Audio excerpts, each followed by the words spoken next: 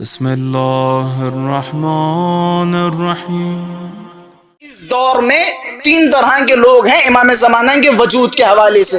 تین طرح کے لوگ ہیں، انشاءاللہ میں وجود پہ ہی ڈسکس کروں گا۔ تین طرح کے لوگ ہیں، ایک جو امام زمانہ کے وجود کے قائل ہیں اور ایک جو امام زمانہ کے وجود کے منکر ہیں۔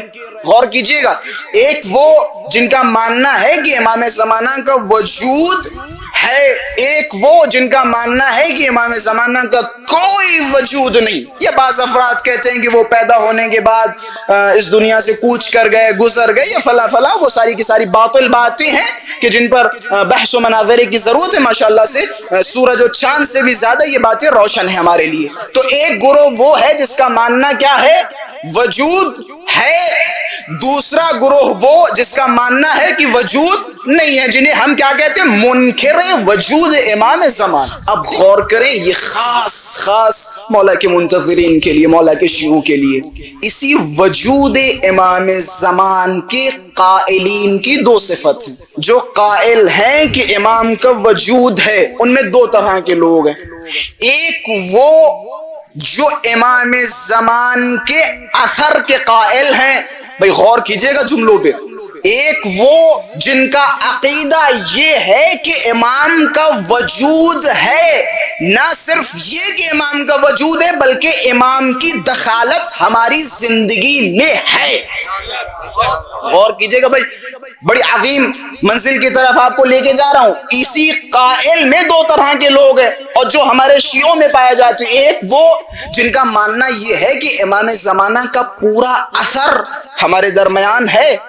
دوسرا گروہ وہ ہے جو امام زمان کے وجود کا قائل تو ہے لیکن کہیں نہ کہیں تعطیل کا قائل ہو جاتا ہے۔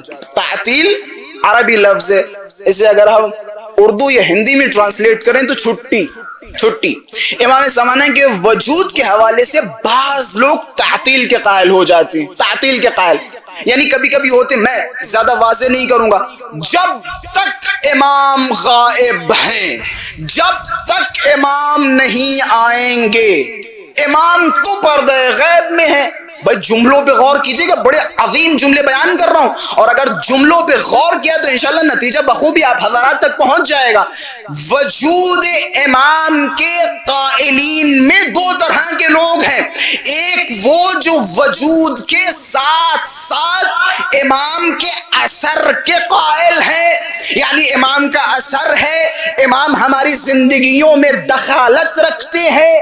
ایک وہ گروہ جو امام کے وجود کا قائل ہے، جس کا ماننا ہے کہ امام زندہ ہیں لیکن امام کا اثر ہماری زندگی میں نہیں ہے۔ اب یہ دو گروہ، اچھا ان دو گروہ کو سمجھنے اور سمجھانے کے لیے میرے خیال سے قبلہ وسیع الحسن خان صاحب نے ایک اشارہ کیا تھا، وہ جو امام کی مثال سورج کے مانند دی تھی، ایک اشارہ تھا، اسی پہ روایت آپ حضرات کی نظر کرتا چلوں۔ امام کی خدمت میں ایک صاحب ہے، تو امام نے فرمایا کہ جب سے خداوند متعال نے اس زمین کو پیدا کیا، زمین کا فرش بچھایا، آدم کو بھیجا، خدا نے اپنی اس زمین کو حجت خدا سے خالی نہیں چھوڑا۔ بس جملوں پہ غور کیجیے گا، جب سے خدا نے اس زمین کو پیدا کیا، آدم کو بھیجا، تب سے خدا نے اس زمین کو اپنی حجت سے خالی نہیں چھوڑا۔ اما ظاہر مشہور او غائب مستور، یا یہ کہ حجت خدا ظاہر ہے، مشہور ہے، یا غائب ہے، مستور ہے، پوشیدہ ہے۔ مولا نے کیا فرمایا؟ جب سے خدا نے اس دنیا کو پیدا کیا، خدا نے اپنی حجت، اپنے خلیفہ، اپنے ولی سے اس دنیا کو نہیں چھوڑا۔ یا یہ کہ وہ خلیفہ خدا، وہ حجت خدا ظاہر و مشہور یا غائب و مستور۔ مثلا پہلے امام کے زمانے میں اگر آپ جاتے اور جانے کے بعد اس زمانے کے لوگوں پہ اگر کوئی پریشانی آتی تو وہ کیا کرتے؟ دوڑتے ہوئے کس کے پاس جاتے؟ امام زمان کے پاس جاتے۔ ان کے زمانے کا امام کون ہے؟ علی ابن ابی طالب علیہ السلام۔ اس زمانے کا امام کون تھا؟ امیر المؤمنین۔ حجت خدا ظاہر ہے، مشہور ہے۔ اب ظاہر سی بات ہے، لوگوں پہ جو بھی پریشانیاں آئیں گی تو وہ اپنی حجت خدا کی خدمت میں جائیں گے اور سوالات کے جوابات طلب کریں گے۔ خوب، اچھا سائل بڑا ہوشیار تھا، بڑا چالاک تھا، سائل نے یہاں پہ اکتفا نہیں کیا جب مولا نے فرمایا کہ خدا کی حجت کا ہونا ضروری ہے، یا حجت خدا ظاہر ہو یا پوشیدہ ہو۔ اب جیسے ہی سائل نے یہ سنا کہ امام نے فرمایا حجت خدا غائب و مستور، تو سائل نے سوال کیا مولا جب حجت خدا ظاہر ہوگی، آشکار ہوگی، تو ظاہر سی بات ہے ہم سب جائیں گے، ملاقات کریں گے، ان سے بیٹھیں گے، بات چیت کریں گے، اپنے سوالوں کے جواب لیں گے۔ فَكَيْفَ يَنْتَفِعُ النَّاسِ بِالْحُجَّةِ الْغَائِبِ الْمَسْتُورِ، کہ مولا حجت خدا ظاہر و آشکار ہوگی تو سمجھ میں آتا ہے، لیکن جب اللہ کی حجت غائب ہوگی، پوشیدہ ہوگی، مستور ہوگی، فَكَيْفَ يَنْتَفِعُ النَّاسِ یا فَكَيْفَ يَنْتَفِعُونَ النَّاسِ، لوگ اس حجت سے فائدہ کیسے اٹھائیں گے؟ یہ مطلب اگر ہمارے اور آپ کے کام کا نہیں تو پھر کس کے کام کا ہے؟ بھائی ہم فی الحال ایک ایسے دور میں ہیں جس دور کی حجت سامنے نہیں ہے، چاہے وہ ہمارے گناہوں کی وجہ سے ہو یا کسی اور علت کی وجہ سے۔ ہم ان سے ملاقات نہیں کر سکتے عمومی طور پر، ہم ان سے سوالات کے جوابات نہیں کر سکتے مستقلاً، اس کے لیے بعض الگ شروط ہے۔ تو فرمایا مولا کیسے استفادہ کریں گے؟ تو مولا نے جملہ فرمایا، وسیع حسن خان صاحب نے تقریباً اس کی طرف اشارہ کیا تھا، اسی کو آپ حدیث کی شکل میں سنیں۔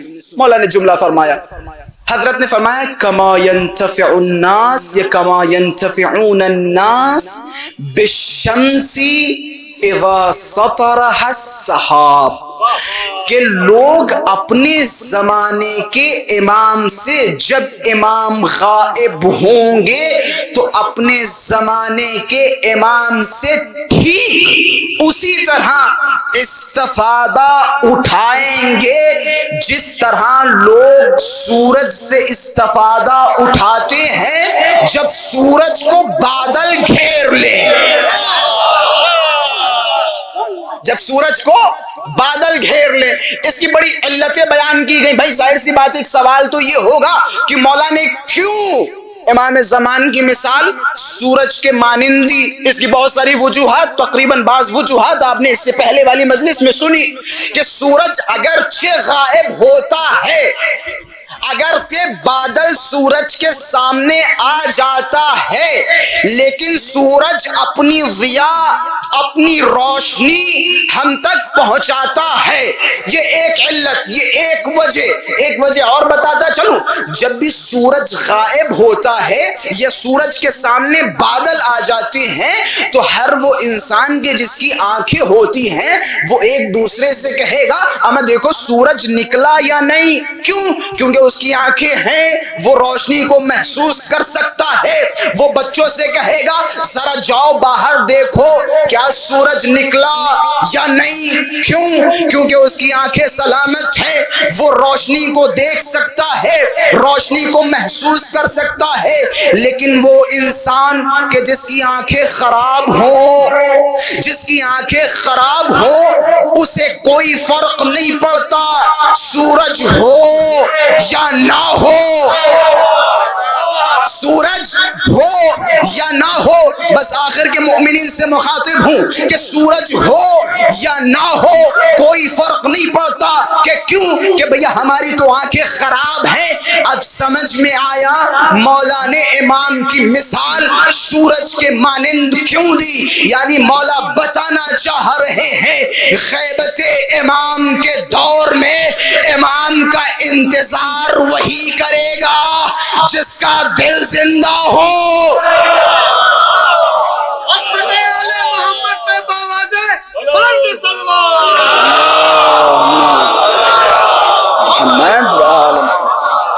امام کا انتظار وہی کرے گا جس کا دل زندہ ہو۔ اب جس کا دل مر چکا، جو مردار ہو گیا، جس کی آنکھیں نہیں، جس کے پاس بصیرت نہیں، اس کے لیے برابر امام ہو نہ ہو۔ بھائی امام مؤمنین کے لیے آنکھوں کی ٹھنڈک ہے، کافرین کے لیے نہیں۔ اب ظاہر سی بات ہے امام کا انتظار کون کرے گا؟ مؤمن کرے گا۔